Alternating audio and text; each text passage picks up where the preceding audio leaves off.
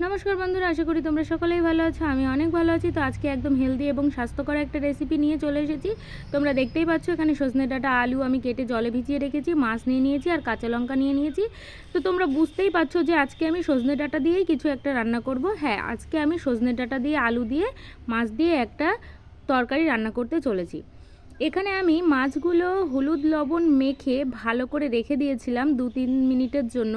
তারপর এখানে কড়াইতে দিয়ে দিচ্ছি পরিমাণ মতো সরষের তেল এবং এর মধ্যে আমি হলুদ লবণ মেখে রাখা মাছগুলো ভেজে নেব। তো বন্ধুরা যারা এখনো পর্যন্ত আমার চ্যানেলটা সাবস্ক্রাইব করনি তারা প্লিজ আমার চ্যানেলটা সাবস্ক্রাইব করে দাও। কথা বলতে বলতেই মাছগুলো দেখলাম এক পিঠ ভাজা হয়ে গেছে। তারপর আমি খুন্তি দিয়ে মাছগুলোকে উল্টে দিচ্ছি আর এক পিঠ ভাজা হওয়ার জন্য। তো এইভাবে আমি সুন্দর করে মাছগুলো লাল লাল করে ভেজে নিলাম এবং অন্য একটা পাত্রে মাছগুলো এবার তুলে রাখব। তো বন্ধুরা এই তরকারিটা বাচ্চা থেকে বড় সবারই খাওয়া প্রয়োজন। এটা একটা স্বাস্থ্যকর রেসিপি। তারপর আমি জল থেকে আলুগুলো তুলে কড়াইয়ের মধ্যে দিয়ে দিলাম। এবার আলুগুলো ভাজার সময় আমি সামান্য পরিমাণ হলুদ গুঁড়ো দিয়ে দেব যাতে আলুগুলো একটু সুন্দর কালার হয়। তো তারপর এখানে আমি হলুদ দেওয়ার পর সব কিছু মিশিয়ে নিচ্ছি। খুন্তি দিয়ে 2-3 বার নাড়াচাড়া দেওয়ার পর এখানে আমি সজনের ডাঁটাগুলো দিয়ে দিচ্ছি। তো বন্ধুরা আমি আলু এবং সজনের ডাঁটা কেটে জলে ভিজিয়ে রেখেছিলাম কারণ প্রত্যেকটা সবজির মধ্যে একটা কষ থাকে। তো সেই কষটা জন্য সবজিগুলো কালচে হয়ে যায়, তাই আমি জলে ভিজিয়ে রেখেছিলাম। এবার এখানে আলু এবং সজনের ডাঁটা ভাজার সময় আমি সামান্য পরিমাণ লবণ দিয়ে দিচ্ছি যাতে সবজিগুলো একটু নরম হতে সুবিধা হয় এবং যতক্ষণ না পর্যন্ত এই সবজির ভিতরে জলটা শুকিয়ে যাচ্ছে আমি ততক্ষণ এটা কড়াইতে ভেজে নিচ্ছি। তারপর আমি এখানে যতটা তরকারিতে ঝোলের প্রয়োজন ঠিক ততটা পরিমাণ উষ্ণ গরম জল দিয়ে দিচ্ছি। তো বন্ধুরা তরকারিতে উষ্ণ গরম জল ব্যবহার করলে তরকারির স্বাদই অন্যরকম হয়।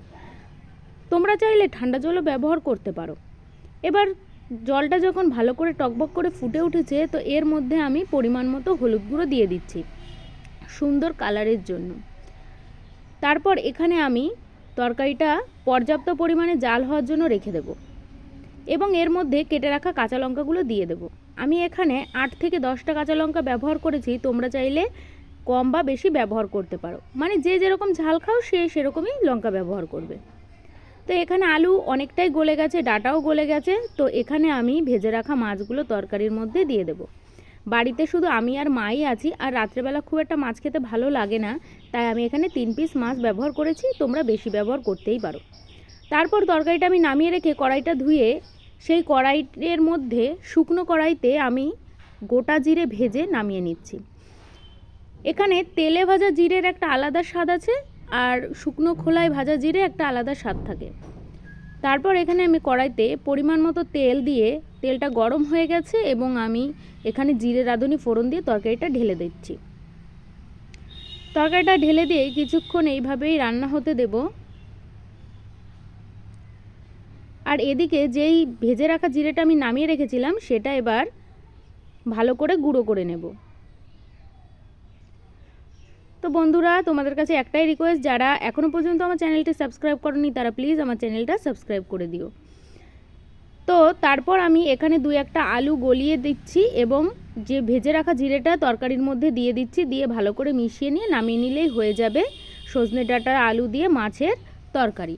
তো বন্ধুরা ভিডিওটা শেষ পর্যন্ত দেখার জন্য অনেক ধন্যবাদ। ভিডিওটা কেমন লাগলো অবশ্যই কমেন্ট করে জানিও।